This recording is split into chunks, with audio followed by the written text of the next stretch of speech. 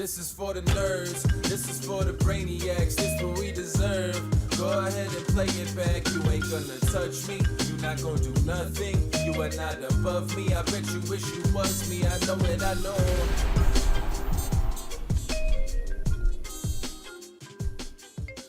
What is poppin', everybody, and welcome back to another episode of the Only Friends podcast. And you know, I'm here with my only friends.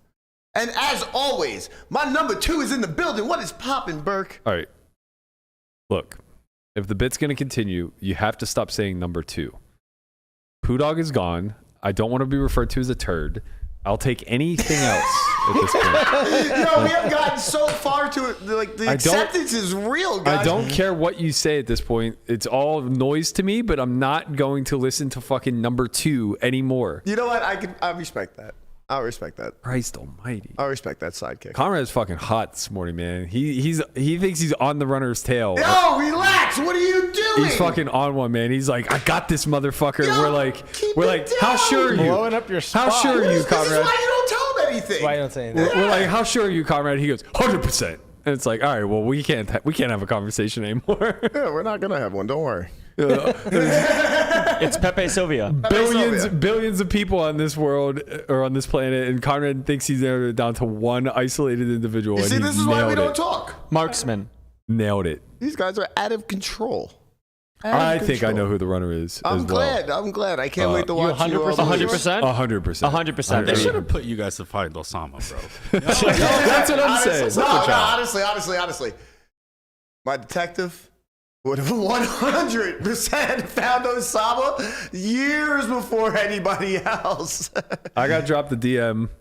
It seems to make some sense to me. I have like 25% confidence that we have some insight on the runner. That's realistic, you know? Yeah, so we got a little something I'm cooking. glad you guys are 25% away. Fill the people in That's $7,500. There's probably like a decent chunk of people that don't know what we're talking about.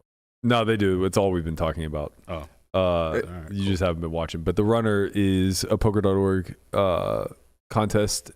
I don't know if a new clue dropped yesterday. I think it was yesterday. It did. Yeah, I watched it while we were Last playing.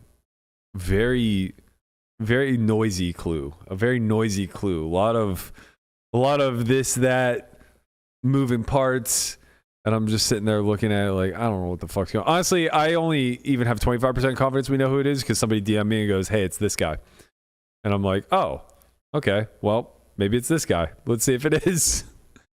But this contest has been very complicated. It's been so fun. They're never going to top what's going on right now. Absolutely never. Like, they can't run this again, probably. I legit think that, like, every fucking clue in these videos is misdirection. Yeah, every one of them. It was. It's this thing is so well done that, like, I'm telling you, it would never be topped. This is gonna go into like poker.org history. They're gonna make a nice little documentary about it. Do they have a website? Yo, that's our detective. Our hood lawyer, Conrad, goes, does poker.org got a website? I didn't mean to say it in that sense. My God. I was scrambling in my brain and I just, yelled out things that, whatever. We appreciate the comedy. I hate you guys. We appreciate the Listen, comedy, man, you help me get sharper one day at a time. That's right. That is right. Landon's been working on the wit. Sometimes you lay him up a couple softballs and he's like, oh, that's what it feels like to get a zinger in. All right. Yeah. Fucking go. You guys my fucking dude. suck. Let's go, my dude. So I just want to quickly give a quick dunk bet update. My back is a little bit slightly healed. We do have to go to a court just to kind of see where we're at. But what's this? I'm really I know fucking where close. I'm at. You're fucked. You are not as close as you think. You are fucked. Man, they gas him up at the gym so hard. They It's don't. so funny. So, okay, if we look at my hand, right, I can palm a basketball, and they have a, it's not a machine, right? It's just a a vertical jump. A vertical jump with the things you can hit. Put it at 10 feet. I can get my hands from here over the 10 feet. So this speaks to talking your about standing inexperience. straight? No. I He can takes a jump. run. I can run. I'm allowed to run. This demonstrates his inexperience with having dunked. Like, he thinks that being able to get his fingers over the rim would somehow. You need to be like mid forearm. Yeah. Well, I think what he's saying is, I mean, that like, at he's least here. in Like, you have to range. be able to snap your, like, snap. Right, over. like a ball is big. Or you just Right? the balls just go out and hit the back of the rim. Right, I didn't that's what I say said. that I can dunk today. I'm saying that I probably have a couple extra inches to be able to go. I love that for you. I love that I love mentality. that for me too, because you keep running your fucking mouth at the gym and you're gonna pay for it. I love that mentality. I hope that you believe deep down in your heart that you're like one day away from. You know what the dunking. difference between me and you is? That's toxic positivity. That's a lie. Well, When I say it, I mean it. I just know what side I'm on here, Yo, man. what are you wearing? Yeah, you're on the right losing side. Well, This we is- had to give him a blanket, Christian. His This is my- balls keep hanging out. Yeah, my balls was hot. See, he's getting quick. You're getting man. good. He's getting them zingers. You gotta get it popping. My balls is hot. Who was that? Derek Derek Lewis. Lewis. Just fucking pulls his pants off during the goddamn interview. I'm gonna do that in my next Poker News interview. Just fucking drop trout. Like, what's going on here, man? My balls is hot. So how do you like rabbit hunting? Wait, Yeah, and you time just out. drop your balls. Can somebody fill me in? Like, so I know poker org is like a new thing, and I know they like snatched a lot of good talent and stuff. What is their mission? What is like their mission? statement? They want to be an independent News source. News source. So they want to be Okay. as objective as possible. Actually, big shout out to them. They sent me a care package yesterday. I appreciate that. Was there any liquor in that thing? No, but there were 2 whiskey glasses as well. Man, I took a picture of it. I should have sent it to Guapa. My bad. always with the good chime, Guapa. So they sent you something just because? No, so they sent me a care package thanking me for being a part of their board that they're putting together. So part of You're their a board member. Wow. Wow. Congrats, Burke. no. Round of applause, Board baby. member. Congrats, Burke. You made it to the board. You made it to the listen. Integrity Council of Poker.org. That's Big effectively bed what board it is. member Yeah. Berkey. Big board member Berkey. Big board It's, Berkey, triple B. It's effectively what Landon said. They're attempting to remain an independent news source that isn't funded Oh, by. you're like you're part of like the integrity committee. He's kind of like the Yes. neighborhood watch. I like Yeah. that. That's Yeah. cool. The neighbors. I'm Scruff McGruff of Poker.org. 60652. Yo, why does he always like bring you a notch down? Right, like he trolls, and then whenever you give it back to him, he gets so mad. No, because you lie. he gets so mad, You lie. and he gets so emotional. And You're like, you're part of the board. I'm like, yeah, you're part of the integrity council. Like, and he's like, you're the neighborhood watch. Like, wow, He's bro. the watchman, bro. get your Scruff McGruffs up in the chat. I'm fucking out here keeping We have you a guys. Scruff McGruff emote? Yeah, Yeah. of course. Keeping the streets safe, you know. Chicago, Illinois, 60652. I'm out here, man. I don't know if you guys saw this. No Jumper reposted it, but Rob was showing it to me in the gym today. This is genetics have gone haywire, man. I know that we're advancing, and in the modern age, like, you know, we're evolving as a species. But this kid is 12. This kid is 12. It's like from Benchwarmers. You need to see this. Follow me. Yes, sir. Hey, man. I don't know. Yeah, I Are you record. saying this guy's 12 How old years you old? is? Boy, this boy 12. Boy, look here. Only time I hear the word 12 is when we running from them. But right now, boy, I talk to 2 12 years old. Boy, look here. If they don't go to the NFL, it's racism. Yes, sir. Boy, you ready? And they gave you the hot. Boy, look here. You deserve it, boy. You deserve it. They told us they already follow me. Oh man! So the He's clip. the only 12 I know. The clip I saw also came with a highlight of him playing. He's legitimately twice the size of. Are they going to show the 12-year-old? I was waiting for it. I literally didn't know until the very end that was actually Right, was it the guy talking or the guy behind it? Yeah, no, the kid holding the trophy with the full-blown mustache that would be tried as an adult tomorrow is 12 years old. It's like from man. Benchwarmers when they had Sucre from Prison Break. Oh, yeah, Yo, yeah. his hair is fucking older than 12. You have to be kidding me. Get the fuck out of here with this shit. 12 years Look old. at the chain he's wearing. It's like fucking Bro, 3 people pounds. just trying to get out of the hood, man. The Let them do their mustache thing. is Like, what Get out of the brings it in. hood. just trying to get out the hood, bro. But DR, we've been doing this for fucking 20 years. What are you talking about? Like, dude, I don't want to incriminate myself. Like, You trying to say his birth certificate ain't right? Are you saying that you're 12? I'm not saying anything. I'm just saying that sometimes you got to do things to get out of the situation you're in. Old Danny Amante, baby. Yeah, exactly. He ended up in the fucking independent leagues, floating around in the Frontier League somewhere. Yeah, like, I mean, obviously the dude's not 12. Like, come on. Like, that's insanity. He's remember- at least 16? 18, 16, whatever it is. Like, I don't know, man. Like when you hear him talk and like when you watch him play, he does have that like awkwardness about his body. Like he's not a teenager yet. You want to tell him what you told Rob?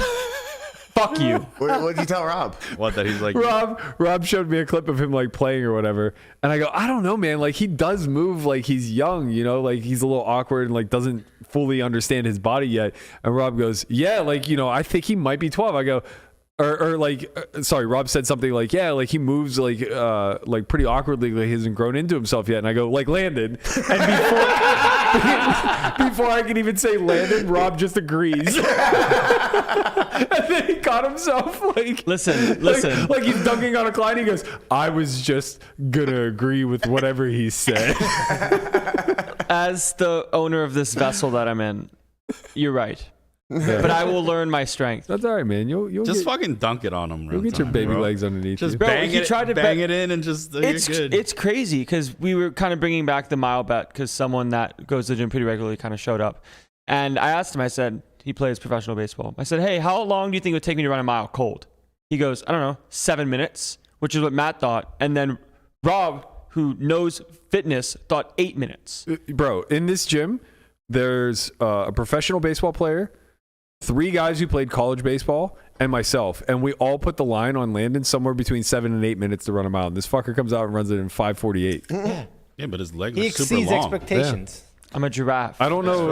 I don't know if one we're all the stride is idiots. like 1.5 strides for everyone else. I don't know if we're all the idiots or if I somehow just set a good line and he The problem massively is that you both crushed do it. this to each other. You both try to notch each other down every time. He's like, I think I could do it in like 7. You're like, no. He's like, I think I could do it in 6. You're like, 8.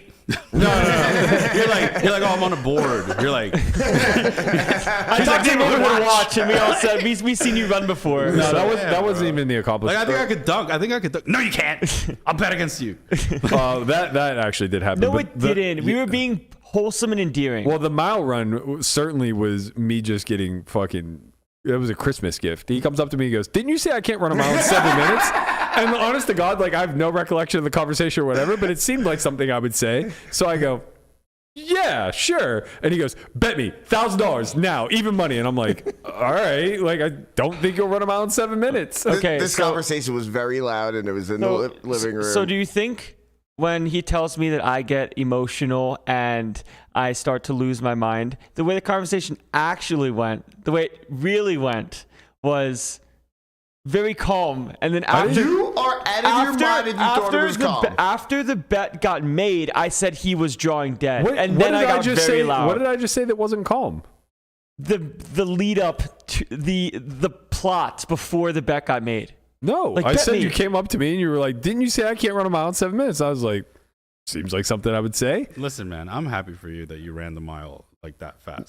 Thank you. That's good. Thank you. That means your fitness has improved a lot since you started. Yeah. Your stamina's high. That's great. yeah, I just hope don't you- have full control over my body yet. Yeah, whatever. That comes with time. It's whatever.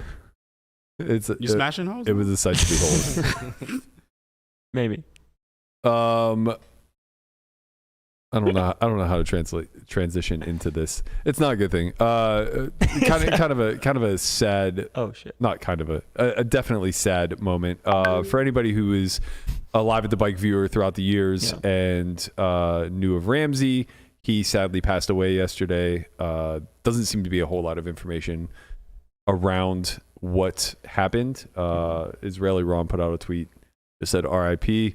Huge loss to the community out there. I know he was very beloved in the Live at the Bike streets. Had a big kind of like helped facilitate a lot of the anti-game and the 2550 stuff. So he will certainly be missed. When more details come out, obviously we'll talk about it. But I just met him for the first time this past October. Really nice guy. He was close with a lot of people that I am close with, but we never really crossed paths. And nobody ever had a bad thing to say about him. So this is kind of a surprise. Really, really makes you check your mortality. I think he was like mid 30s, maybe early 30s even. So yeah, I mean, crazy thing. Like, it's weird because he's a fit guy. Like, you look at him and he's healthy looking anyway, right? Yeah. So like, as somebody who is not 30 any longer, and I'm just like, wow, fucking impervious, man. Like, I eat chicken every day and I hit the gym and I live a good life, and any moment, that's it. You're done. Yeah. Yeah. You're just And then so- Landon you're owns your just- fucking house. You're just so inconsequential. Life. Yeah. So, Sad. Yeah. Pretty shitty thing. I mean, condolences to like the community, his family. Did you ever play with him? I think I played with him, but like very briefly. It was like on a side game, and he said hi. Like he was a nice, very nice guy, a fan of our community. It was him and He had like one of his boys, yeah, like his Yeah. like, main boy. I I forget his name. can't think of But I who know it his was face either. like right away, like Yeah, they were like or like the Smash yeah. Brothers or something. yeah. Yeah, would you say called I him? think they were called the Smash Brothers. Something along Yeah. those lines, brothers. Yeah, Like, they had. they Yeah, had like okay. a name for their duo. Yeah, You're it was right. like part of the marketing. Was it Dennis? Yeah, I think it was. Yeah, Dennis. yeah, for sure. So yeah, Condolences. big condolences to them and the whole Live at the Bike community. Big loss for them. Not a loss, however, was yesterday's happenings at the WPT. A lot of shit going down.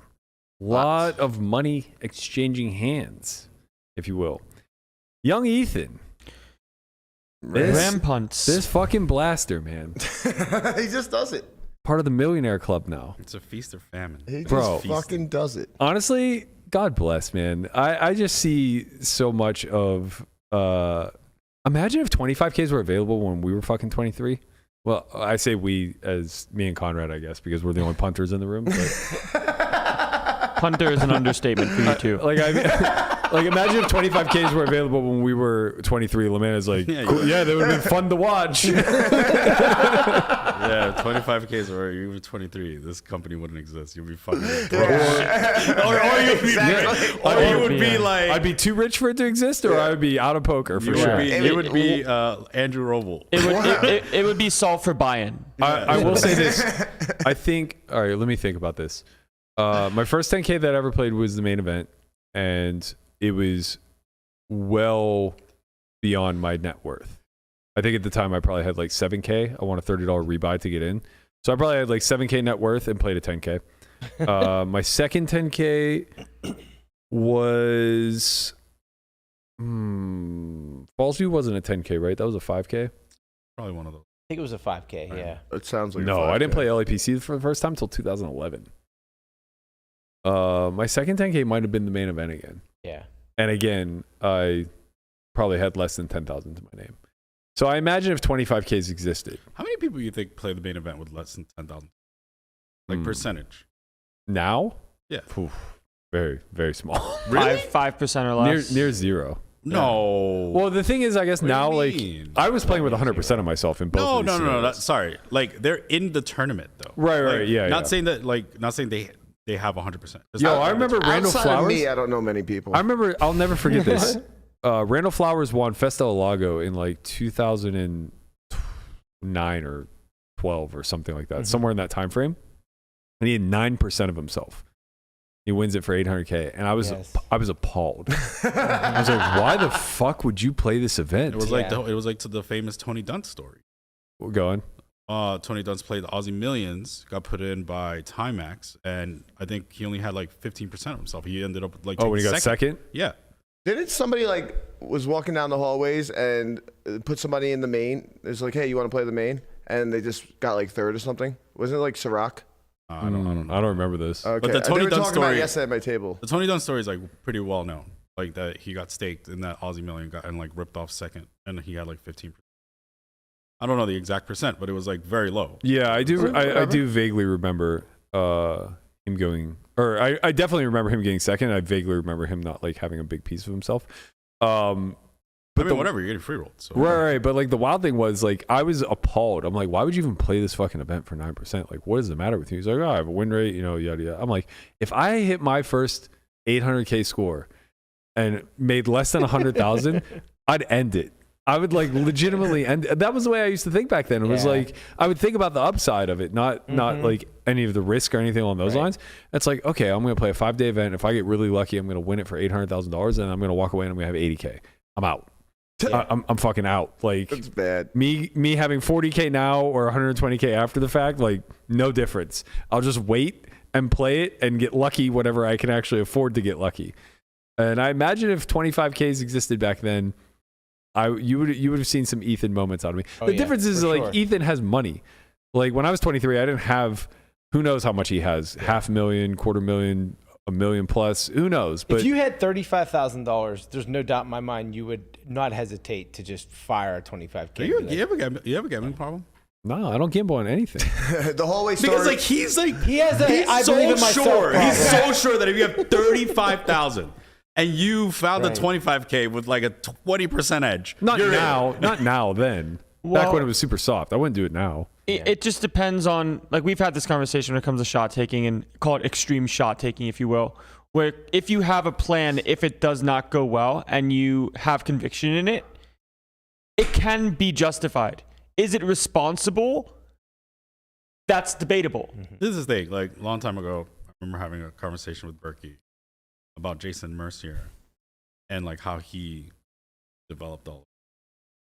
And it was like, well, at some point in your career, you're gonna have to take a big risk, big reward moment, and you just have to hope it goes well, and then put yourself in the position for that to happen. Bless you. And put yourself in that position. Put yourself in that position multiple times until it goes your way. So.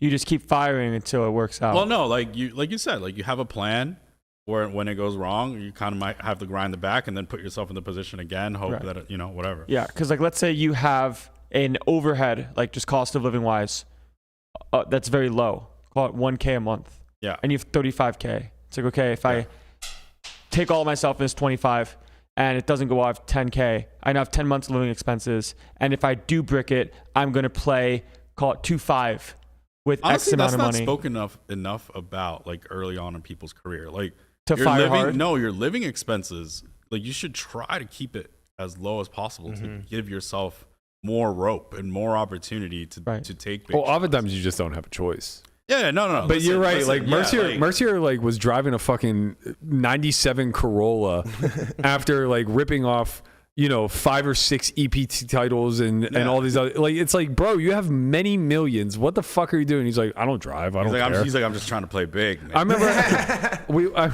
remember we went to Florida to play like an event, and I wanted to go to the store to get food, and I didn't rent a car. I think I was actually like staying at the Hard Rock. It was probably like 2015. 2015, Jesus Christ. So he was like 6 years into his career at this point. I was like, yo, Jay, let me borrow your car to go to Publix or whatever. He's like, yeah, here you go. It's this car on, that floor or whatever. And I get there, and it's like this dusty ass beat down fucking rust bucket. I'm like, what the I'm embarrassed to be driving this. What is the matter with That's you? part of the punishment of taking his car. Sure. Maybe he gave you his sidecar. No. A couple years later, he finally upgraded. And he had like a nice Beamer, but I was just like, bro, you take being conservative to a whole new level. But that's the thing. I don't think that he ever actually had to take a shot, right? Like I think he was just so fucking good out of the gate that he won. I mean, maybe I guess like his first EPT title was like quote unquote taking a shot. I think he like may have satellite his way in and didn't sell. That's the one. But then he just wins it. And Yeah. then he's off to the races. Yeah, but that was such a bad. Like it's such. I remember he got stabbed that time. You That got what? time? Yeah. Yeah, but like that's like you have money, but you got stabbed. Yeah, He but got you'll stabbed? take that trade off. Wait, what's this story? If you would have told him he was going to go to EPT, make Rip off- but 1.6 then get million, stabbed? get stabbed, live, and be fine. No, but he had he suffered.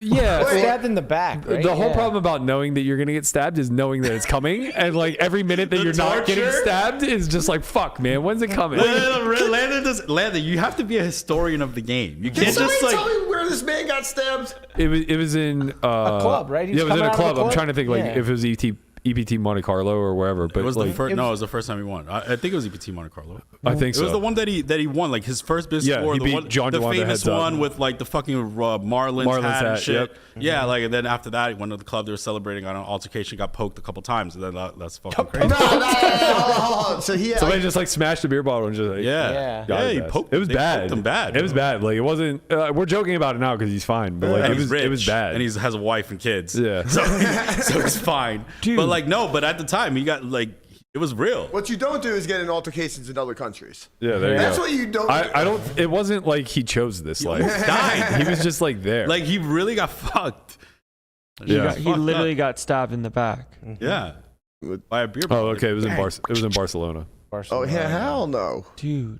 That's fucking wild, man. Hell no. Wow, wild. being a historian really is an advantage. Like, these stories are insane. This is why sometimes I show up to the podcast because I know all these things that happened back then. What else you got? I can't talk about everything. No, yeah, you gotta save it. You gotta save it. The people gotta keep coming. We should have Stuff on the Jason on the table. podcast when he gets Jason back to would Vegas. never come. He's never gonna come back to Vegas. He's just like, dude. He's in a monastery somewhere. He came to play poker. No, he put a video up yesterday of him, or a couple days ago, is him driving with his 3 boys in the back seat, and they were just all simultaneously yelling. They were just like all sitting there going, ah! Sounds like our house. And he's just like blinking into the camera, like not knowing what. It sounds to like do. he's gonna need to take a few days off, come to Vegas during the series to get some stress relief, and we can have him on the pod. I'll tell you what, I'm not fucking drafting him again next year. This motherfucker didn't play enough hands, or enough events rather. No, you were right. Enough hands is Man. fine. Yeah, that's true. Yeah, you got murdered in that. I did. You wanted I to got- bet me again. Man, I got absolutely wrecked. But yeah, So going Ethan, back to Ethan, pretty remarkable story when it's all said and done. So like he was, I don't even know what level of responsibility he was exuding with the first bullet. He sold a quarter of himself, so he still kept like A lot. $18K worth. Yeah. Right. I mean, so he probably has more equity than a fair chunk of the people. for in there. sure, Oh, for sure. 100%. For sure. Like he might have He more. might have more equity than like over half the field. Right, like just him selling on the first bullet probably is still more equity than most of the field. But yeah, so like I don't know what his net worth is. The assumption is if he's keeping like ABI of like 20K, then he probably has like $1 million already. But he's young. He's young. We've talked about this in the past. Like there's some YOLO element to it. I respect it, man. I've always been on the side of like play to your ability, not to your bankroll within reason. Nah, bro. Don't fucking break There's yourself. nothing you can't control it, bro. When it doesn't matter how good you are. You're gonna downswing at some point. Yeah, hopefully. that's. I mean, hopefully not. But we do like, know a lot more now than we know back then, I guess. About variance. Yeah. I mean, Chin's sitting here saying this, but we all recognize Chin's biggest downswing was like 2.5 buy-ins. Yeah. After Yeah, like 2 he months was ago. He was struggling, man. He was Yeah, struggling. but no, but Buy-ins. look. End of the day, like, yeah, I took some big shots, but like, I could have taken way bigger shots like throughout my whole career. Like, I might have, like, if everything, like, I could have a lot less, or I could have like 10 million. I don't even know You know? that you've taken big shots. You I were passed. really responsible in your shots. Well, that's because like, look, with me, it's like, if I went broke and went back to my family and said like I went broke doing poker when they believed in me that I was gonna do this, that would be such a letdown. So like I just couldn't do it. But there's like a lot of spots where you can actually take They shots. don't understand like, oh, you're broke. No, I'm just saying, like there's a you're lot of spots where you gambler. can take shots and not be Hashtag broke. King. Yeah, no, I know. We're not talking I about sitting though. case money all the No, time. I did though. I played some spots. Like I played 250, whatever. No, but like, like it was always bigger very spots. responsible. Like when you sat the 50-100 game with the pop singer that I brought to the win or whatever. Yeah, You sold a bunch. I was playing 1025 Yeah. on my own. Yeah. That's a lot. That's not a shot, man. You were playing 10-25 anyway. That's what I still mean. a shot. No, a shot would have been just keeping it. Keeping it. I played a fucking $100,000 pot. Yeah. Keeping it. Yeah. You would have kept it. You would have been rich. Christian, you did say something about putting everything on the line and then making sure it goes right. Yeah, yeah. But that was like it was. You do it within reason. You can't just like go crazy. Like, oh, yeah, it's let's not a just shot. let's just lose At this. that point, he was like rolled for 10-20. He's like, I'm going to play 10-25 in this game. This motherfucker It's got different. You something also have coming. to prepare for the game to be like bigger than what it is.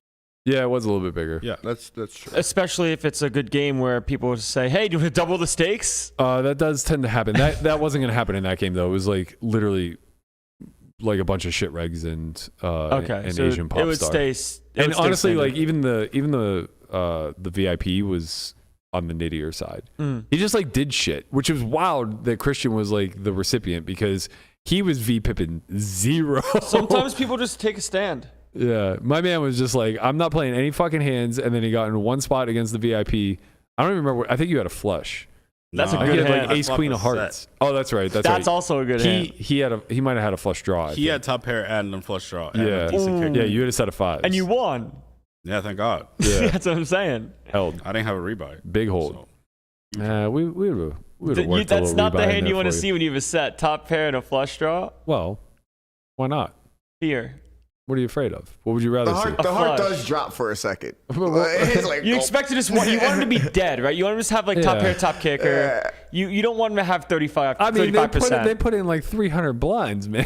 Stuff just have top pair, top kicker. But yeah, we put in a lot of blinds. No, we put in more than that. We were playing to 50. We put in 500 blinds. We put in 500 blinds, bro. God, I was already. It went in smooth too. It went so fast. It was like bet, check raise, 3-bet, call, bomb all in, call. I'm like, twice? He said one time? No, he said twice. Thank God. Wow. It was just like brick. I'm like, okay. Berkey knew how to set. Yeah. As soon as I 3-bet the flop, I just looked at the board and I go, "What's the nuts here?" it was like ace 9-5, and when 3 bets on the flop, and then I called this 3-bet on the flop, and the turn was an offsuit deuce of club. I'm like, thank God. Yeah. He's like, how much you have left? I was like, it's like 30,000. Yeah. He's like, all in. I'm like, okay, Yeah. okay, please, no, please, don't kill me. Yeah. please hold it. Man. But yeah, nice life that time. Ethan fucking Yao, baby. But yeah, Ethan's fucking. So Sicko. he kind of went on a little roller coaster yesterday. Or not yesterday, but throughout the tournament, he busted his first bullet, which he sold a quarter of, and then decided to max late reg and YOLO it, taking 100% of the second bullet.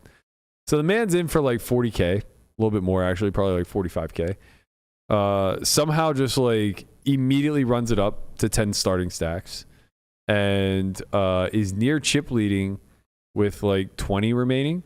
Ends up, he claims punting off a big amount. I don't know what the hand was. I think we can trust him. And it might have been a little bit of a punt.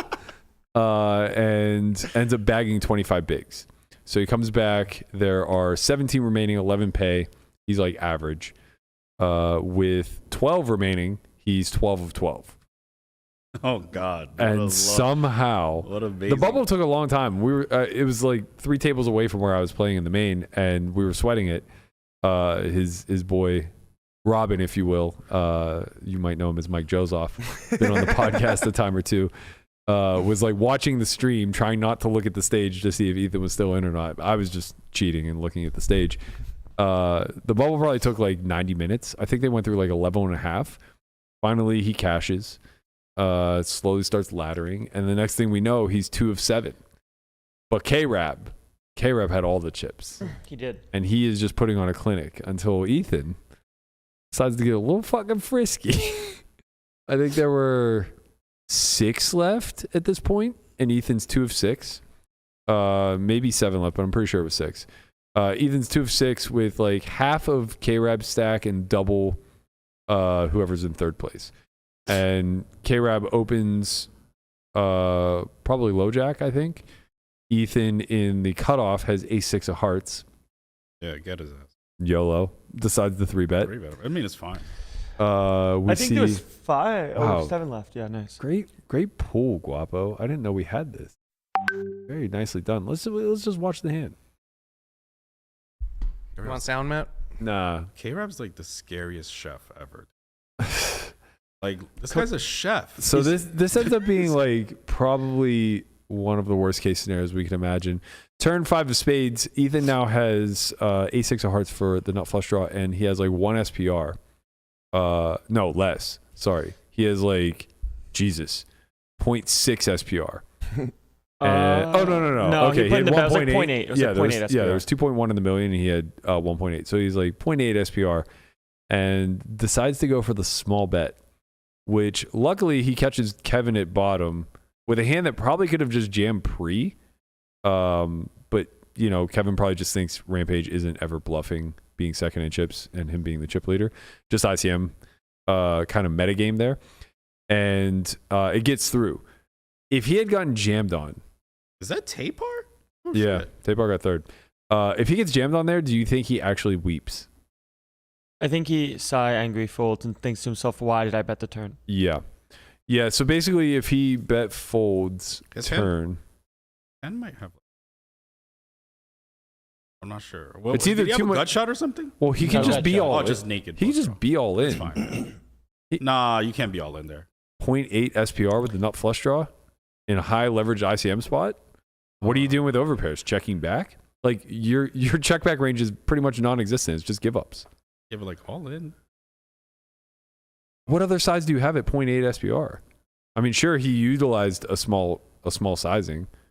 And I guess you could go 2E with like your best over pairs, like aces, kings, things that don't really need a ton of protection. Yeah, I want to like, say it's suit specific. With ICM implications, most of your strategy is just going to be all obviously in. it has to be okay. Yeah, whatever. It's kind of like whatever. Point is, he got away with one. Yeah, got him. He really got away with one. Saying it's whatever in a 25K is a very slippery slope. That's a big torch there. That's a 6-figure I'm saying torch. that your hand has so much equity that it doesn't really matter what decision you make that much. No, it What does. It if does if you you're bet folding for bet sure. fold? Well, yeah. Okay. Then fine. it goes from whatever to disaster. 6-figure torch. Yeah, but like, how often is like A-Rap even ripping through there? It's hard. Enough. No, like what's enough? Like 25%? Just like with the correct combos, right? Kevin's just Right. going to play good poker. Yeah, I know, but that's not often. You don't get ripped on often. No, but when you do, it's a Well, disaster. yes, it is. Well, remember he is going to have backdoor spades because he only faced like a one blind Gonna have some, flop bet. we bet small bet. He's going to have like ace jack of spades. Yeah, Who maybe knows how much even like jack 10 of I never see spades. them before.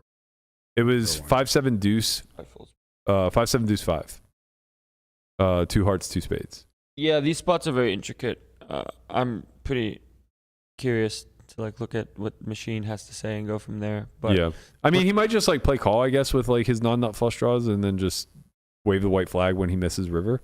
I don't know, man. But like he could just also be all in with them. Who knows? Like I'm maybe actually he's not. surprised he folded. That's what I said. But like I think the counter to that is the appearance is that Rampage just has 0 bluffs. Wrong about that. Yeah, yeah, my man found one. he did. So yeah, Queen's a really good hand. It's a super nuanced spot, but like, well, ace queen should just, I think, probably be all in pre a lot. But again, you're probably just assuming that Rampage is pretty bounded. It's just like these ICM spots are a little bit different. Yeah, it's just nice to be able to leverage all in there as the chip leader versus number 2 And with a good hand. It's also just like when it comes to offsuit hands in this range for this blind depth, because I want to say it started with like 25 20-ish. effective. Yeah. Like it's one of those hands that's just very clearly good enough where you just kind of are hoping for the fold pre, hoping to do pretty well if you do get called by a hand like jacks or so. Yeah. But playing offsuit out of position, even though your chip leader is a little bit dicey. I mean, Rampage probably thinks that like there's not that many 9s and 10s in Jackson. That part's true. Range. That part's like, very true. The betting range on the turn is like you have a little bit of cleaner betting range on the turn because those pairs don't exist as much. I mean, he might have some ace 5 suited. He would still have 2 combos of those if he calls them pre. Yeah, but there's 2 combos. Like most of his range, like most of K-Rab's range. Well, he's playing trap with aces for sure. Yeah, but we block aces. Right, there's 3 combos of that. There's 2 combos of ace 5 suited. Well, in most ICM spots, playing like at this stack might not have many more combos. Out of position, you don't really want to be playing many calls just because the equity realization is going to be very hard facing C-bets. Right. So Kevin might just only have a range that jams or 4 bets not all in, where aces, and because you don't want to play any calls, where you might have the click range with aces, and, as you don't want to jam them, and then you still want to jam your kings, queens, jacks, and then you're also going to want to jam your king, jack, king, queen suited, ace 10, ace jack suited, and then your ace queen off being the top of your offsuit as well as ace king off for the jam. And then find your that allows you to with, jam like a little bit wider with the pairs, so like maybe 9s. Right. That's what I'm saying. So like the range is pretty diluted for K-Rab. Like, you know, it's not that bad of a bet, I think, on turn. Like it's fine. To that end though, then jamming just performs better because you never have a decision when he's trapping with aces. Yeah. Like I don't think you want to be bet folding the times that he has like aces. And it's not even about the he bet probably fold. does jam. Like I mean, jamming here with if you have, let's say, Rampage has 10s. I feel like he's 100%. Well, that's the issue with playing the small sizing is that chips are worth so much. Yeah. And you are sitting there with a hand that really wants to see a river and just make a 5-card hand to where you do put in a bet, even if you get called and like have to now play a show like a river. Yeah, like now what happens on river where SPR is like 0.3 and you land there with ace high? Yeah. Like you want to die. Yeah. No, I mean you have to check. Sucks. yeah. And it's you just check and hope that K-Rab had the king queen of hearts. it's probably impossible. Which is probably going to be jamming flop pre-turn. Like one of those streets that gets shoved. Just one time, just show up with it. Yeah. And Ace 4 of hearts. Anyway, No, the ace moral of four the story spades. is we could pontificate about this like all day long. What? We're never gonna get. Yeah, I did that on purpose. It means I think know about- you did, but can you please help me again? discuss and think about. Yes. Thank you. You're welcome. I think the larger point You ever is heard of like a pundit? Like a pundit. That's what they do. Pundit. they pontificate. Yeah. I think philosophers are. It's more in the whatever. It doesn't No, but matter. that's where the word comes from. I don't. What do you Is think it? a pundit is? Pontificate. The No, pundits. that's not how it's spelled. Okay. Unless I'm wrong, but I'm pretty sure Pontificate is PONTIFICATE. Right. I don't think it's a derivative of pundit. Okay. I don't know. I could be wrong, but I feel pretty confident in this one. It's my first language, despite what many may think. I think the bigger takeaway here is that, like, obviously he's getting away with one here. And there were a few instances of this. Yeah, there was some weaseling going on. Yeah, there was some weaseling. He got K-Rap to fold kings where he found one with the 8 high. Like, the kid has fucking heart, man. And honestly, like, here's the thing. I understand Rampage probably more than Landon does, because I think of myself as like a competent tournament player, but it's hardly my specialty. But in a lot of these like 25K fields, you see people who you just think are drawing dead, right? And it's like, well, there's enough people in here that I think are like legitimately drawing dead that I have a win rate. And if I have a win rate, sometimes it's going to be worth like firing. And on top of that, like, I'm okay gambling. And if he has that mindset, and then suddenly you find yourself in the position to win, now you have to deal with the end game aspect of like, okay, all the people who are drawing dead are gone. There's a lot of money up top. And my biggest edge right now might just be the fact that I'm willing to take some gambles that my opposition won't. Yeah. I will say that he did very well when it comes to finding jams and rejams, especially at FT, where now you're flipping pressure on other stacks to now make decisions.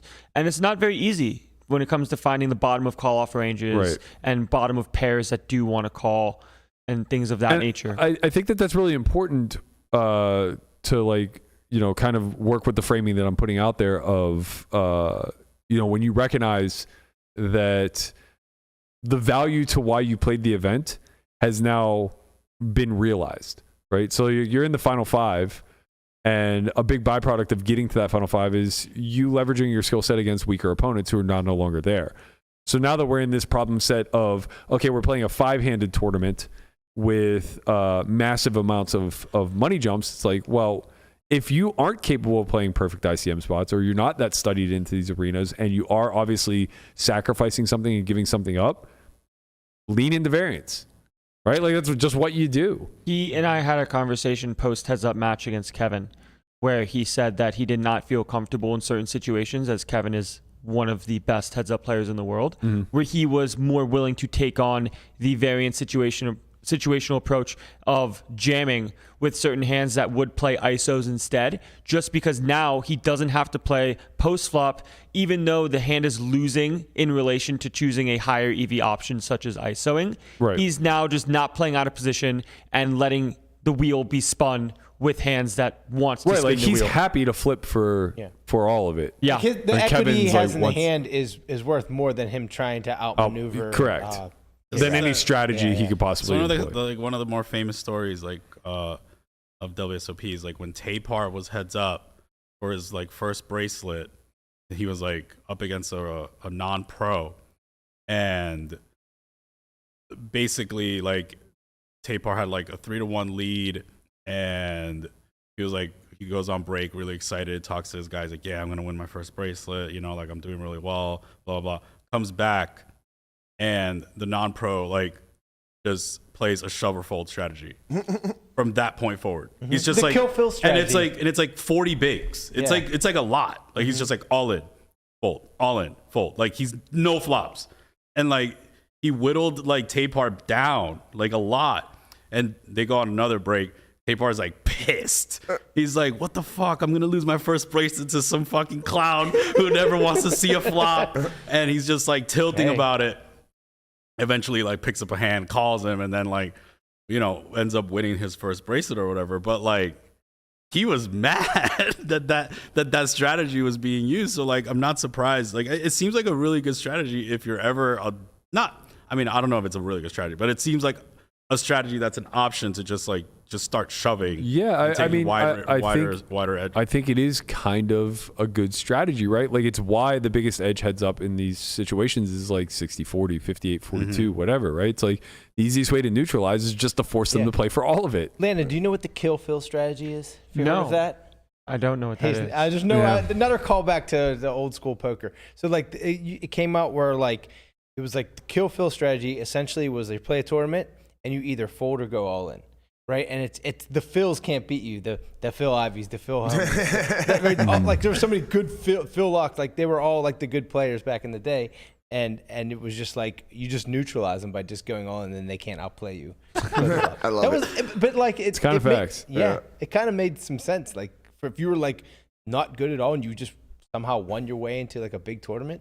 Well, it's also you have to remember like this subset of hands that they're going to play is tiny, right? So it's like the variance is out of this world, and to attempt to outmaneuver somebody that is superior and is going to execute a superior strategy is just the easiest way to make sure that they realize their EV. Exactly. And the easiest way to take it back from them is just say like, okay, we have 65 hands where I'm just going to try to be all in with hands that are approaching 50% equity. And when that happens, deal with it, And I think that's where like the original Helmuth, like I'll pass and wait for a better spot mentality kind of came from. Like, if I just wait long enough, I'll get him into a dominated situation. But it's like he still wins that a third of the time. Right. Yeah. People are bad at numbers where you realize, oh shit, even though you have ace king, guy has ace 4, right, ace 5. Or even if you have kings, guy has ace 5. They win a third of the time. Right. And it's like you just gave up, maybe you let the chip position swing from like a 2-1 lead to near even, and now you get it in as a 3-1 favorite and lose. And it's like match over. It's like, oh my God, this guy's so fucking lucky. It's like, yeah, of course he's fucking lucky. That was the strategy, man. Yeah. That's exactly what we're gonna do here. Right. It's like I know that you're better than me. So instead of trying to beat you, I'm going to beat you by the wheel spin. Right. So now we're gonna spin the wheel, and now you have to do it. Which is why ICM chops prior to heads up, and then once you do get heads up, chip chops are so incentivized unless you're well rolled, right? Like they were playing a 300K heads up match. Yeah. I don't know either of their financial situations, but that's significant. Like you have to have millions of dollars to be able to stomach those swings regularly. Now, of course, in a one-off scenario, if you just want to say YOLO. Yeah, but like in K-Rap's spot, like I don't think I would take chop. He's just so good heads up. What if K-Rap had a substantial chip advantage and was offered substantial chip disadvantage was offered like even? Like where does it level? Calculation like how much better does he think he is in this spot? Like but yeah, I mean like Kevin, he's not gonna take a chop there. Like it's just they're both great players, but Kevin's just this is his field. Like of heads course. up, no limit hold'em. He did say there were situations where he would do that, but now that the cards are in front of him and he is playing heads up in this spot with the big blind ante, and it's so hard to be like, I've studied this so much. I don't want to try to realize my edge because stack depths are so shallow. He wins an all in or wins a few pots and they're even. The edge there is ridiculous. Yeah. You just win 2 hands, it's over. Yeah. Man, it's funny because I think of it the opposite. Like the stacks are so shallow that Ethan just gets to be all in a lot, and that neutralizes. That's what I was saying. Oh, but that's not what Landon's saying. So there was some confusion actually. He didn't offer even chop. I think he just offered maybe like some sort of deal. Chip chop. Yeah. And then Kevin was like, "No, I don't want to chop." I could see him not taking like whatever a quote unquote fair deal according to the numbers is. Like he should be paid for his edge. He should. He's saying if he got an even chop at a 3-1 deficit, he would have snapped taking it. Okay, good. I'm glad to hear that because Landon had me convinced that you were like, nah, fuck it. Yeah, I thought that's what happened. I thought Ethan said, "I will give you an even chop right now," and you're like, I really want to play, man. Like, thanks for clearing that up, Kevin. Landon's like, nah, fuck Thanks, it, we Kevin. ball, and I'm like, yo, K-Rod's got swag. fuck it, we ball, baby.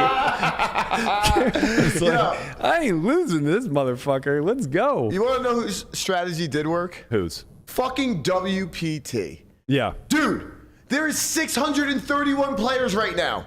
Bro, there was 615. Hold up. At dinner yesterday, They announced the prize pool for the satellite that was running that day. It was like 56 seats. It's absurd. They gave away 100 seats just yesterday. 108 the day before. But they had 2 satellites yesterday. They had a nighttime and a morning one. Right. They gave away 100 seats yesterday. Okay, so like another 100 yesterday, 108 the day before. It is absurd, dude. They're Insane. at 1,200. Fucking Tortoise is just here playing with his little diddle. Tortoise. You know, just, I know, I just should've been in there. tucking his head in his shell, not wanting to play any of these goddamn satellites. There's one tonight.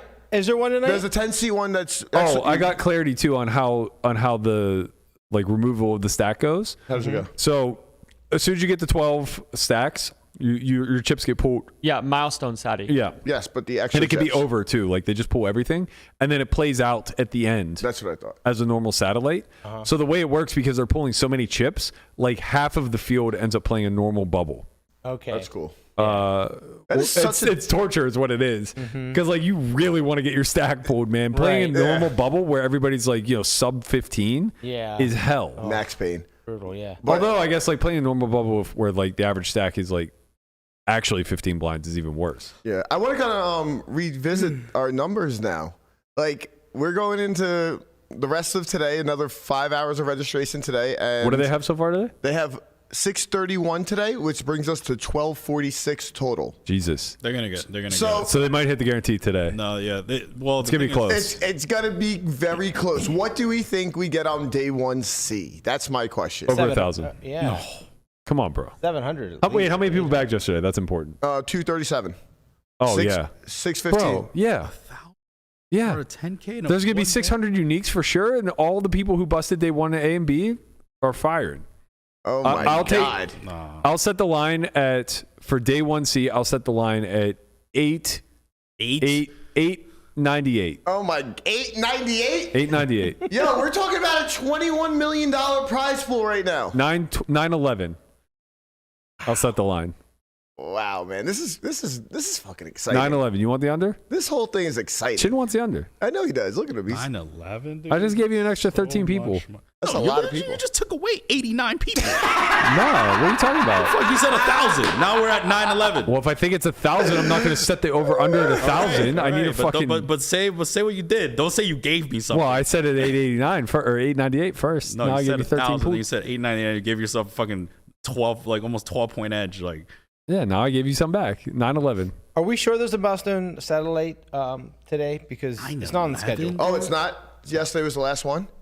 Looks like Oh, no. I think there was a 10-seat guarantee today. I would thought. imagine that there's a satellite there has to be today. more satellites. If anybody, think. if If not, anybody people are out just there going to show knows. up to the win and say, "I have $1,000. Just let them spend have it. $1,000. Let's run it." I was kind of like wondering if I should go play satellites today. I was going to at the You can- WPT if I was allowed to, but I have to go catch a flight. So, Oh, right. you know, right. You gotta there's, catch the there's a runner. runner that I need to catch. And, you know, Right, I got to yeah. catch a flight. I'll be Conrad's back for, on the fucking I'll be run, back for baby. day 2 on Thursday. You know, that's how we do, baby. This kid, man. What do you want me to tell you, man? Oh, it does say like Okay, yeah, the final milestone Yeah, satellite. Efro said 6 p.m. tonight. There's a 15 million guarantee. Oh, sorry, that's the actual event. The final milestone satellite we play at 6 p.m. tonight. Oh, nice. Perfect. Let's fucking go, Tortoise. I'm in it. Let's Let's go, go. baby. Fucking go. Let's go, dude. $1,000. He's Let's taking go. the fucking winnings from the 12.5K the other day. Let's go. Wait, what is it? It's $1,000. Yeah, we all want a piece. Yeah. What time's it start? Either 5 or 6. 6. Somebody said 5. Somebody said 6. I trust Efro more. No offense. Sorry, Spencer. I'll take 10%. I'll take Let's go. 15. All right. How much am I selling? Well, you tell us. I don't know. I'll take Maybe. Whatever. Well, Divvy, what are you selling? How much are you selling? I don't know. Let me think about it. Probably between 25 and 50. All right, well, we'll Go. chop it.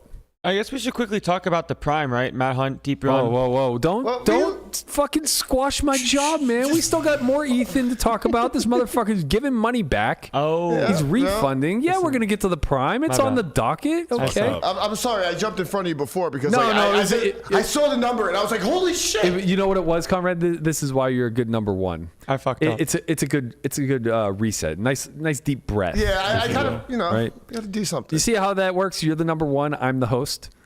This had a real conclusion No. type vibe going to it. No, Oh, yeah. That's not. Oh, that's- now he gets that's a little not- shook over there. I'll take not how under it goes. 950 for sure. Fuck. Under I'm sorry. 950. I'll tell you what. You set the Split line it. at 937, You guys split it. and I'll take the over. Split it. 937? 937 and a half. How much? 1,000? No, I don't want not that. Look, 500. here's what we'll Let's gamble. do- let's do- No. We'll gamble our piece of Lamanna. Wow. That could be so much. That could be worth so much money. Please do this. That's why it's beautiful, because like if he runs deep, then you just get to hold that over the other person. Forever. Oh my god, that would be so fucking Don't worry, if good. Banana wins it, I'll take you to DR or something. He's gonna take his little buddy to DR. Yo, he don't like that. He gets real cold in the face whenever you drop the What little was the buddy. number? 930. 937 and a half. 930. I fucked myself. 937. That's good. 937. We can push it 937 if it lands square on. Then we're all fine. happy. Okay. All right. So whatever you're selling, we're gambling. Oh baby. I like this. Imagine like He's gonna min cash, so I don't care. that's fine. I gotta win my way in first. All right, so win. so to be clear, because he'll play the satellite prior to us having the final results. To be clear, No, we're on. Like we each have a piece of the satellite. Yeah. But if he makes it if he actually makes it into the event, then the winner of the last longer gets his piece. If he busts the satellite, however, Then we just pay. the loser pays. The loser of the Right. If he busts the over-under. satellite and then one of us lose, we cover. Correct. The piece. Yeah. Right. I just want to make sure that's I'm correct. not, Okay. I'm not scumming you. No, it's not that. I don't want to debate it. You later. wanted to be clear. Yeah. All right. So with Rampage, he sold publicly on Stakings. I think he sold a quarter of himself, something along those lines. Mhm. And he made it very clear in social that he was going to YOLO the second bullet. Like, I don't think anybody felt entitled to. Well, he was trying to like snap sell, but it was hard. And then like he said, "Fuck it, let's go." He said, "Fuck it, we ball." Yeah. Right. So I don't think that there was any messaging issues. Like, I don't think he has anybody to appease or make happy in this situation. But I think his investors, probably are a little salty that they bought a piece of the first bullet and didn't have action on the second. Right. So in order to make them a little less salty, he's giving them their piece back times 2. So it works out to roughly $13K in refunds that he's issuing to the people who bought. And his explanation was basically, I want to reward people who believed in me whenever, I was firing, basically. Doug has a different take. Doug is saying that this is a bad precedent.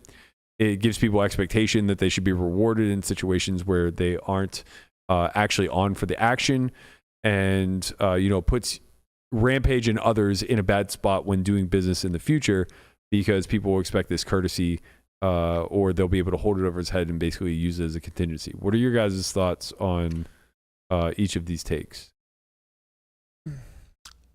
Start with Doug's, because I think it's the more controversial one, obviously. Yeah, I mean, Ethan kind of last minute did something. I don't think he has a necessary obligation to do anything. Sure. If he feels like he wants to, that's obviously his choice. And Doug, I think he's being clear. He's being generous. right. Yeah. And then Doug coming in with he's clearly pressured is maybe a little bit off, just in the sense of speaking for, where maybe he had some sort of pushback in something like this in the past for him. Right. Or feels like he needs to appease in order to preserve his social media image, appease being Ethan, as this stuff happened. But in reality, it's just part of the action buying, and he doesn't know anybody anything, and the public pressure in social media is always going to exist. People are always going to be angry, and it's just a matter of doing what you feel comfortable with. He doesn't know anybody anything, in my opinion. Like, I think he's doing something extremely, extremely, extremely generous right now. Like, just to play off that. Like, he's just like, he's coming out and, Yeah. he's giving back to the community just because they believed him. And that's pretty awesome. And it seems like a one-off. It doesn't seem like this is setting a precedent at all. I don't agree with that, because it's like you said, he's doing something generous. He didn't have to do it. This is not something that's going to be standard moving forward. How do you guys feel about Doug saying, like, basically people kind of clap back and said, like, he's just being generous in this spot, yada, yada, yada. And Doug said, nobody's been more generous than me giving away like over 100,000 to like viewers and people who sweat along at home. But I think that this is just, setting a bad precedent. That's also just part of marketing. Yeah, I was going to say, it sounds like... Right. He does give away some EV. Like he was winning. Like, Doug's a good player. He's winning in a lot of the spots, and he has the money to take all the EV. So he does give back in that sense. That's with purpose, right? He's not obligated to do it. right? It's still his choice. I think it's important to clarify the difference between generosity versus strategy. Versus marketing. Right? Like, yeah, when you're just strategically doing something, like when we give shit away, it's in order to drive loyalty and viewership and, you know, things that are going to help us. It's generous in a way still because like, you're giving away a piece of your equity. Well, it's more transactional than the Ethans. Isn't it a part about building a community? Like, yeah, but there has to be a give and a take, right? There's right, but they like people understand you're a professional poker player. Like this is where you make your living, like most of it, and like if you're selling, you know, if you're giving away equity, you're giving away a piece of like your salary, almost, so to speak. It's symbiotic, though. So I understand a little bit of both sides, I guess. I agree. It is marketing because he does have a business in the upswing. But you know, the business. I don't know. I kind of see both. There was a bit of a. I'm a little bit. I guess there was a bit of a public debate, which I think is obviously just very misled. But somebody in the chat is saying there was a decent Reddit thread slamming Ethan on his second bullet, saying that if he hadn't sold for the first bullet, he wouldn't have been able to play with 100% of himself on the second bullet. Ridiculous take. Yeah, that's a really bad take. Yeah, it's a very silly one. But even if it were true, I don't see how that leads to any entitlement. It doesn't matter, right? It's like the old notion of backers wanting to take a huge cut of people's sponsorship money. Basically saying, like, if it weren't for me backing you, you wouldn't have the opportunity to get sponsored. It's like, that may be true, but, like, you know, you're still doing all the work, right? So a good example would be, like, this runner proposition, right? Somebody DM'd me and said, like, I'm pretty confident it's this person, go get him. And he didn't ask for anything in return. But obviously, like, if he's right and I win the runner seat or whatever, I'm going to compensate him in some capacity. But I can't overcompensate him, even though the information he gave me is worth the entirety of the package. Correct. That's a personal choice to give it to you. Correct. Yeah. And on top of that, it's like at the end of the day, I'll be the one playing the tournament. Right. And which is now the work. one that has the ability to say and give what you feel like is necessary because you got unsolicited advice. Yeah. Just because you received unsolicited advice. It becomes more of an even value exchange, even though it doesn't look that way. Yeah, but right? you're a scum if you give him zero. Of course, I would never give him zero, but my whole point is that that's what I'm saying. So there is like a little level of expectation. Is right? that true? I think if it's two people it's working, definitely scum, bro. You give zero. I think. Wait, hold on. It's 100% fucking scum to give zero. I don't think that's necessarily true if it's unsolicited advice. In that sense, to your guys' point, it's very shrewd, but I think to Christian's point, I don't think this person would DM just anybody. I think he DMs me because he expects me to do good by him. Exactly. You're right, by your people. Where I'm going with it is if that's clarified, I'm just going from the logistics standpoint, right? If it's clarified, it's a transactional thing of I can give you this information that I think is worth X for X percent. But that's the point I'm trying to make, is I think people are willing to give me unsolicited tips and things like this because they know I don't work in a tit for tat type of manner. They understand that I'll take care of. Why are you laughing? Bro, the text I get. No, it wasn't even about you. Oh. It's like, well, now it's I'm not gonna say what this is, but this shit was hilarious. He's like, I couldn't put this in the Software Watch live chat, but Doug Polk could fuck up a wet dream. What a jealous bitch. Jesus Christ. That's funny. Where I'm going with this and people giving you unsolicited advice, obviously feeling like they're going to get some compensation in return, as they are correct in that sense. Yeah. It's now up to you as to how much that's correct. worth. And I'm saying they trust me in being that arbiter, right? Yeah. Where if, like, for instance, they reach out to somebody like Mike McDonald, who's very stringent by the book and technical, they're probably going to say, like, hey, for a quarter of your action, I'll tell you who the runner is. Yeah, and they just trust that Berkey will be trustworthy. Hold on, I'm sorry, before you go back, I need to say something right now. So Waxman won like this thing this morning for the runner, and he had to ask them a question. He got to ask him a question, and he didn't know what question to ask. Okay. So here's We're the gonna question. crowdsource it. Here is the question. No, he asked one. Oh, okay. I can't wait to tell you what it is. Okay. Okay. Well, I know you're a fan of the Only Friends pod, so fuck, marry, kill Berkey, Landon, and Conrad. Oh my God, man.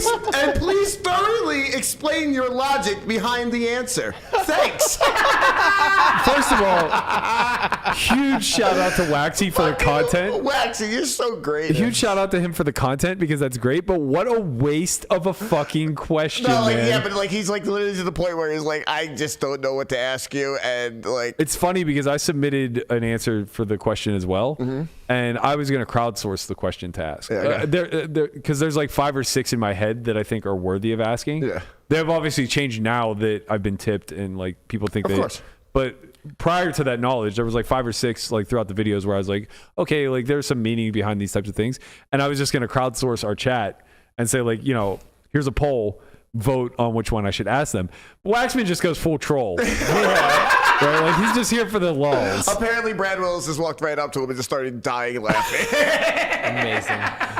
All right, so let's get back to the topic. So So where I'm going with this is, let's say somebody gives you unsolicited advice. You then take it. It works out for you, and then you give X% what you deem is fair, and now they want more. Do you think in that situation, how do you go about dealing with that? Well, you would just explain to them like why you think this is fair piece. I mean, it's reasonable, I think. Yeah, I mean that's where you just get to lean on the side of well, it's kind of in my hands, right? Is that not the same as kind of like having your cake and eating it too? Well, no, but it makes the point that I'm saying with Rampage, right? Where it's like clearly he could fund the whole tournament. Now, maybe not responsibly so, but he obviously had 25,000, so it's not like he had to crowdsource. Right. He did that as a means to reduce risk and whatever. So like this whole take of if it weren't for us, then he wouldn't be in this situation is largely bullshit. But to that end, it is one of those things where like, generally the general good business practice is that when you have a collective group that you're selling to, you always offer them the action again. Now, the difference here is that he crowdsourced this, right? So there are anonymous people to him.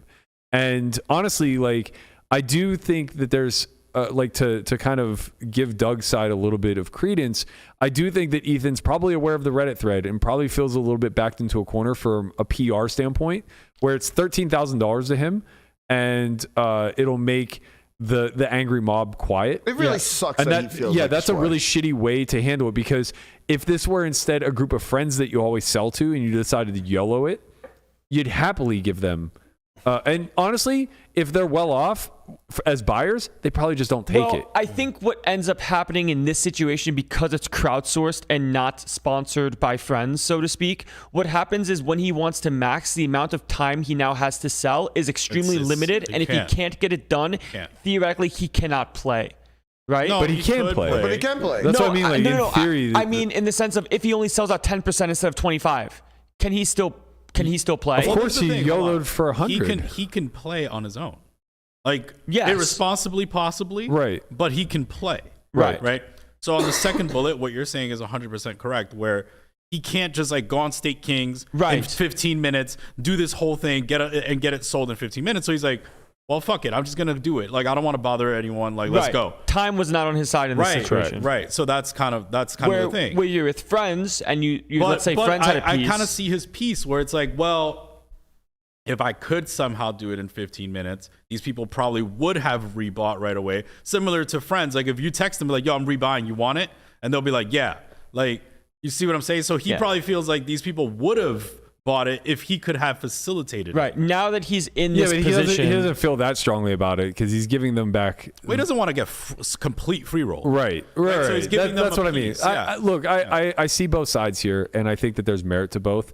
I'm leaning slightly towards Doug, which I didn't start off that way. No, it's honestly just State King's fault, because they should just get it done 15 minutes right away. Like, if I snap, I need to be like, yo, rebuy me right away. I need to sell my action 10. I don't know how the platform works. I'm fucking around. Obviously, you can't. I don't know how the platform works, but like, I imagine that you could just have 2 bullets up. You can, but he didn't think he was going to fire 2. He thought he was only going to fire 1, and therein lies the problem. Right, but then he can always just refund if he doesn't fire the second one. The problem really is that I don't know that the platform facilitates like buyers of Action 1 also being buyers of Action 2. Like, do they get priority? I do not think so. I think it's probably just a free-for-all. It's an open free-for-all. So, like, they would literally, I believe is he would post it, like, at the beginning and whatever, and just 1 or 2. It would be cool if, like, you bust a tournament, you, like, you hit a button or something on your State Kings for like the second bullet, and then like they send like a text to all the people that were in, and like, you want a piece again, why, yes, and and that's it, and then you're on or you're off. It's just time consuming. And then at that point, the people that crowdsourced it now have to check their email. They now have to do all not these email, text, or whatever. Can't be email. Yeah.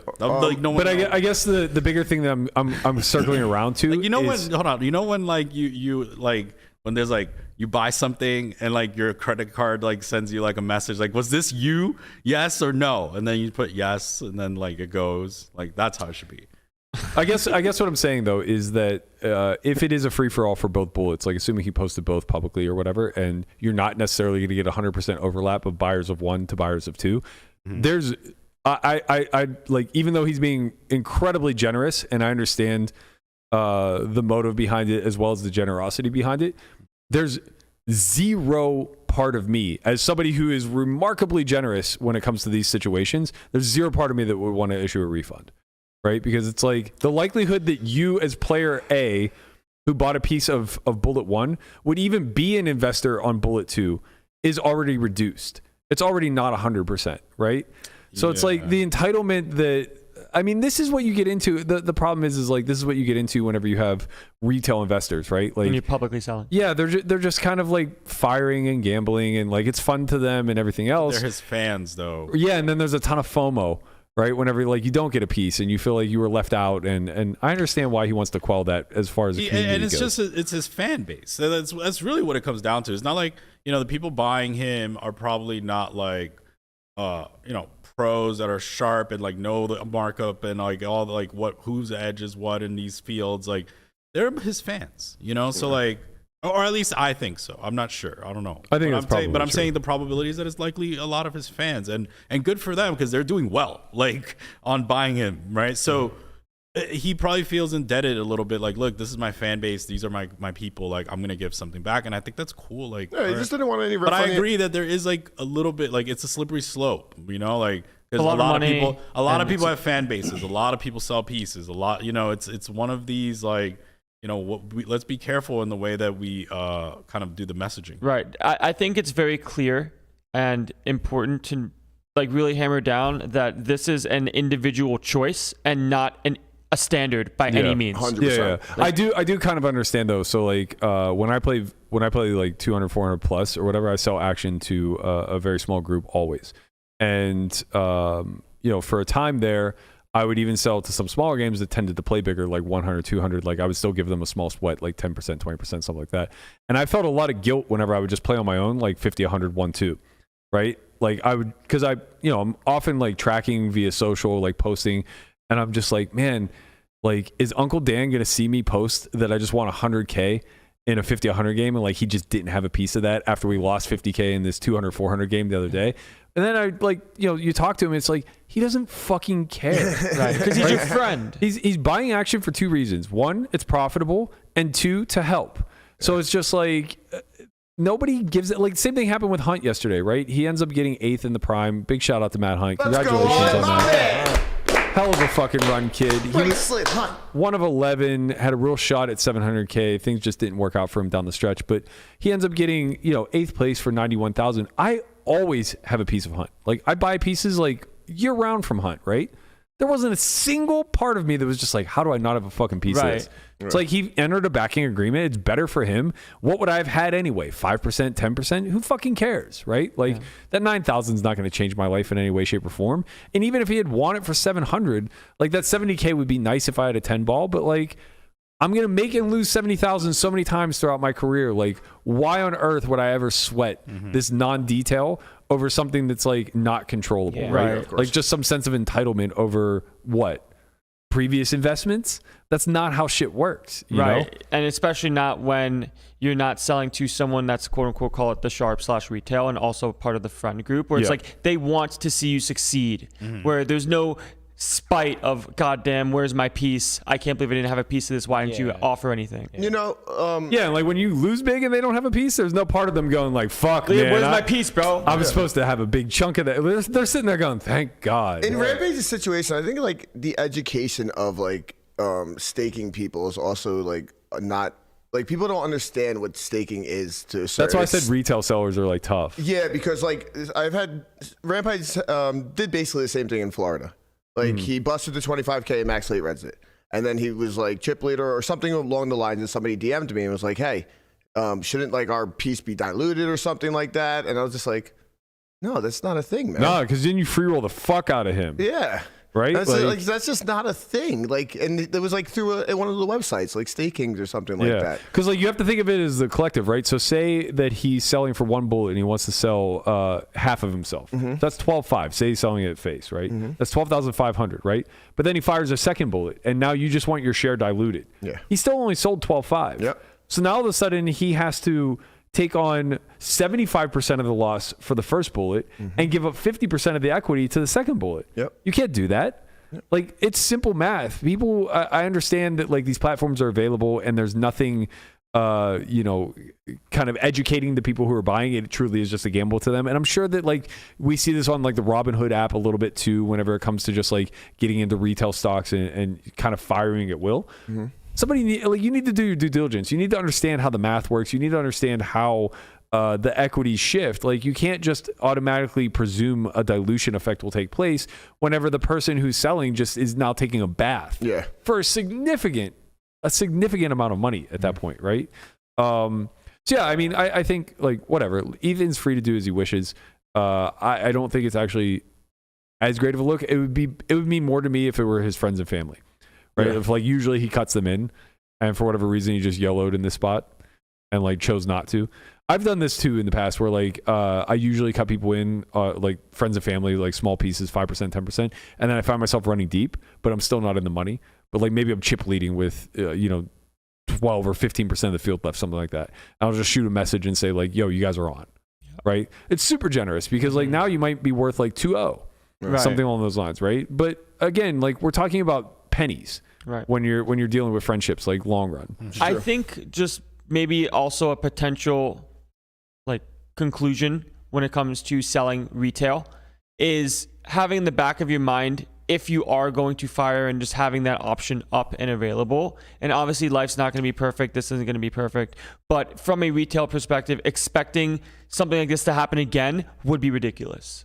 So here's the thing. I kind of disagree because like it's a last second thing. Like you don't walk into like, hey, I'm going to play a 25K and I'm going to fire multiple bullets. Like the way he's looking at this, he's like, okay, I don't normally play 25Ks. I'm going to fire one bullet, sell some action, whatever. And like the field looks good. He's feeling a little gambly. It's like 15 minutes before late red ends. I understand. Like it's just like, okay, let's fucking go. Yeah. Don't you start your shit. I don't understand it. I'm like, what? What do you mean? You should have been prepared. If two Jin's never done bullets, this in his life. if he's gonna max, right, and you think, okay, I'm gonna play one, and maxing might be on the table. You're gonna max when you're gonna max. Right. But this kid's never made an emotional decision when it comes to investing in his life. I don't even mean emotionally. Like if you just think that max is on the table. Yeah. Right, and you have it on the site. I don't think he thought that. Yeah, I think he made an emotional decision and he got fucking rewarded 100% for it. 100% emotional. Now if he's making an emotional decision, why does he feel indebted to the fan base? He loves his people. It could be one of two things, right? It could be they made him money. Yeah, it made him a lot. Like his YouTube does really well. These are his people. They invest in him. They've made. Well, maybe he's not selling it through the community on YouTube. Like no, but those are the people buying him. Perhaps, but like, so it could be some sense of guilt towards his community. It could be some sense of like feeling like he doesn't deserve what he got. More likely, though, it's some sense of feeling like he's being unfairly scrutinized. In this Reddit thread. I agree, and that he's turning people off to him. It's certainly not right for them to criticize. No, but like at the same token, you don't want to turn people off to you. Trust me, as somebody who's done a great job of alienating like 33 to 50% of the community, like it's not something you actively want to do. Yeah. Where I was going with that was if the fan base, like let's say something like this happens again, right? Because emotional decisions happen, and I don't think expecting some form of like compensation of the same sort of ilk is expected, nor should be expected. Yeah, I think that's where Doug's argument falls apart, right? It's that he's implying that this creates a new expectation, and I don't think it does. But in fairness, but it does set the precedent. In what Conrad was saying, there are a lot of people that feel as if that when they do buy the first bullet, there is some sort of dilution, something that happens if you bust and you're still, because to them, remember, it's not like a cash game. It's not like you went home. Right. It's like wait, I have a piece of you. You're still in this tournament. Yeah. You know what I mean? So how do you think investors feel if you max site regged and bricked it just instantly? No, of course, but you're out of the tournament. Happy they weren't on it. Right? No. But you're now out of the tournament, right? Like, you have to think, like, you have to remember, like, don't put yourself in the mind of a professional poker player. Put yourself in the mind of, like, someone that's like a fan. You watch once a week, whatever. You tune into like some stuff. You're a fan of this person. You buy it, right? And then like somehow they're like, you tune in and they're at the final table, and now you don't have action, but you haven't been following along. You're just like, oh, well, he's at the final table. I have a piece. Oh no, he's on a second bullet. You didn't even know that like that you had an option to buy or like whatever. It just feels off for. I mean, like, it feels a certain way, but it's obviously. I understand, of course. Like that's you know, just life, right? I get it, dude. I'm a professional poker. I get it. I'm just saying, I'm putting myself in the shoes of someone that's like a fan. That's not like, you know, like it feels. It just leaves a sour taste as you're trying to say. Bro. Okay, so let's say this is you, right? Let's say you're Ethan here, and you make an emotional decision, and then you sold for 1, but then you're in for 2. You max it. You're like, you know what? I want in. Fields looks good. The right people have the chips, and I want in. You sell again. You win. Yeah. Do you feel? Right? No, you YOLO it. Oh, so I didn't. Right? Sell again. You do. You're in Ethan's shoes. Mm-hmm. How do you handle that situation? With a YouTube channel? Yeah, I would do what Ethan did. I wouldn't. I think what he did was fine. I wouldn't. If I really felt like I needed to give something back to the community, I would just do like a 10K giveaway or something along those lines. I wouldn't feel like I needed to have an obligation to the exact buyers. Point is, yeah, but that's a huge difference. One is a marketing ploy, where it's like I want to give back to all my supporters, broad spectrum. The other one is I feel like these 10 people who bought a $200 piece of me deserve something. So here's. Yeah, but like, 2x these are the people that invested in him. Like, whatever. Like, point is, like, you're gonna do something, and whatever you choose to do is like clearly up to your opinion and decision. But like, there are people that would do nothing. I just wouldn't want to. I wouldn't want to dilute my generosity that way, right? Because I think it's almost it almost takes away from the gesture itself, right? Like giving money to people in a general sense is thoughtless. So I think the way that it becomes a meaningful act is whenever you're doing it with purpose, whether it's a friend, a family member, or somebody in need. You're now purposefully giving them money, which can benefit them in a monumental way. Whenever you're just doing transactionally, like, oh, you feel a certain way about the money that you spent on my action and didn't get a return. Okay, Christmas came early, buddy. Here's your return. Like, I don't think that does anything. Remember though, like. We don't know that the entire base of his investors feel that way. It's just that he feels like these are the people that believed in him. Well, we know that there's people that bought. We know there's a very popular thread about it. Yeah, but okay, but that's not like how many people bought a piece. Probably like more than one. This person that made a thread, okay. Then there's like people that just like are toxic and they jump on the thread because they don't like him or whatever. Like, you know, most of the people that believed in him didn't buy.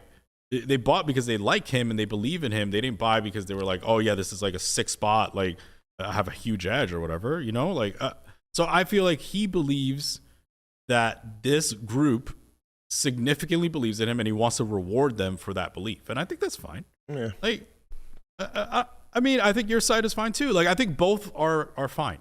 Like, however you believe you want to reward the people that believe in you, that's great. Did anybody see Jamin Burton playing poker yesterday? I did. Not well at all. Oh wait, he was playing? Very poorly. Okay, because I could have sworn, I walked around the room and everything, and I could have sworn that he was literally just showing up every break to take pictures. Yeah. Like videos and stuff. Like he's really getting his money's worth for the vlog for sure. Okay, so he is playing. He bagged half a starting stack. Half a starting stack? Yeah, real rags to riches story. Wait, did you guys were on the same table? He was the table adjacent. Table adjacent. Very nice. I love this adjacent word. Thanks. It's so great. Yeah, thanks. There was one more thing we wanted to touch on. I guess it's not super important, but since we are talking about day 1A, very notable name came out as the chip leader, and he has piles. Also at the expense of Matt Glantz. Oh yeah. Yeah. Justin Bonomo bagged 200 big blinds, a little over $1 million. My God, that's 4 more stacks. That's 4 of my stacks. Yep. Yeah. That's a tough. That's gonna be a tough out. It's not the right person to have chips on day one. That is certainly for sure. Let me see if I can find Glantz's tweet here. Is he not Matt Glantz on Twitter? I thought he was. Oh, Oh, there he is. So he tweeted. This fucking guy, man. He absolutely got wrecked too, for what it's worth. No, please tell me. Okay. At my win poker table, all three guys have approximately 200K. So already 2 starting stacks. And this is this is early. This is like level 4. this is great. Under the gun 1, 2,800. 2 flats. Pink hair guy. 16,000 from the small blind. That's funny. Kid in the big blind. Cold 4-bets the 34K. The opener cold calls the 4-bet. What? Pink hair guy calls the 4-bet. Flop 8, 9, 4, 2 spades. Pink hair guy checks dark. Big blind 30K, so roughly third pot. Opener 80K. The fuck? Pink haired guy all in Okay, yeah, it's like for like I guess would be 180K. Fold. What in the fuck? Cannot breathe. pink hair, queen jack of spades. Oh man, That is so great. So Bonomo then, this continued on. Ooh. The show goes on. That's right. The show goes on. Mr. Bonologic himself says he quote tweets it and says, "Weird. No trouble breathing on my side of the table, Matt." Shrug. Then he gives his own hand history and he says, "Few hands later, Matt bets 35,000 and folds to a shove of 45K, 10K more, without even asking for a count from 80K guy in the previous hand." Man, I really wish pink hair guy gave Glantz a nickname like Glantz gave to Bonomo. Yeah. It's true. It's true. Next hand, I open early position to 3K. Matt in small blind says 8.5K and puts out a 25K chip. I say, I call and I'll change the 25. I put out 8,500 and then in a separate motion put out 5K chips. Matt thought I said all in and pushed his stack forward. Keep playing great, Matt. Oh my God. So, yeah. Oh man. I'll let you finish the segment. Well, that's it. The was show pretty- goes on. That was pretty great. So they're having another creator game. Did you see this Can I by Botez? Botez just tweeted, hosting another creator poker game. Tune in tomorrow. This is at the at the WPT Sick New Studio, and I see it's Botez. We have So I can help run through Safu. here. Go So ahead, tell me. 5up Twitch streamer, Hafu Clearly Twitch streamer, Dog also another Twitch streamer. Classify is a gamer content creator. Yasuo Mo content creator. Eric Hansen Twitch streamer and chess player, and Adept is a variety streamer. So a lot of streamers from Twitch. That's great. Sounds Some on juicy. What are they YouTube. playing? What stakes? I think they're playing quarter 50, 5K buy-in. Okay, Nice. let's fucking go. This is tomorrow? 8-handed tomorrow, yeah. All right. if anybody drops out, I created the Only Friends podcast. The you know? fuck you did, motherfucker. This guy's always looking for a free fucking lunch, man. I'll tell you what. Oh, let me hit this motherfucker. Shout out to Did you have a Guapo. No, of course not. How could I? Shout out to Jamie, and he says, Guapo, Landon, Chin, and Brian are the best. This motherfucker. I don't know about the that motherfucker motherfucker. guy donates $20. Yeah, and he left me off the list on purpose. He knew what he was doing. He got me to read that thing for $20. like I'm his little fucking puppet. Yeah, Here's little buddy. that's a because little you're buddy. bald guy. He said, I don't like them other guys. I don't like. I wish I was somebody's little buddy. I miss my pap. Aw. I don't I miss my believe mom. you. Why? Fuck you. You don't want to be a little buddy anymore. I do. You're 40. That's fine. Nah, he doesn't care. Yeah. He would definitely want to Yeah, be it's little like being buddy it's like again. being the little spoon every now and again, you know? Wow. Oh, I'm gonna Caitlin tell you. brought I it want to up. go home now. All right. Wait, Take what? us home. Well, on that note, thanks for rocking with us. Before I start crying about my mom, I'm gonna get out of here. I need to catch a plane. Have a good one. We'll be back tomorrow. Later. Peace.